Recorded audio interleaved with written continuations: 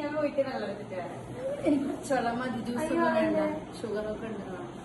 പച്ചവെള്ളം മതി. ഞാൻ ഈ പായസം എടുക്കാൻ വിചാരിച്ചായിരുന്നു. പൈസ എടുക്കട്ടെ കുറച്ച്. ഒരാൾക്കാർക്ക് പരിപാടിക്ക് ഇരിക്കാതെ സുഖം മോളാണ് പിന്നെ വിളിച്ചത്. ഇതൊന്നും വിചാരിച്ച് മനസ്സിലായിരുന്നു. മോൾക്ക് എനിക്ക് സന്തോഷം. പണി വരെ നേരം വൈകിയില്ലേ? നമുക്ക് നല്ല ഫുഡ് കഴിക്കാൻ നോക്കാം. വായി മക്കളൊക്കെ ഫുഡ് കഴിച്ചു. ഞങ്ങളൊക്കെ കഴിച്ചതാ. ഞാൻ മോളെ എനിക്ക് പ്ലേറ്റ് മരുന്ന് എല്ലായിടത്ത് പോയി എനിക്ക് പേരിന് പ്ലേറ്റിന് തരാണ്. ഇതോടെ അടങ്ങി കഴിക്കുന്നുണ്ട്. പിന്നെ അവർക്ക് കഴിക്കാനൊക്കെ ബുദ്ധിമുട്ടായിരിക്കും. അയ്യോ ഇവിടെ അങ്ങനെയൊന്നുമില്ലേ ചേച്ചി കഴിച്ചു.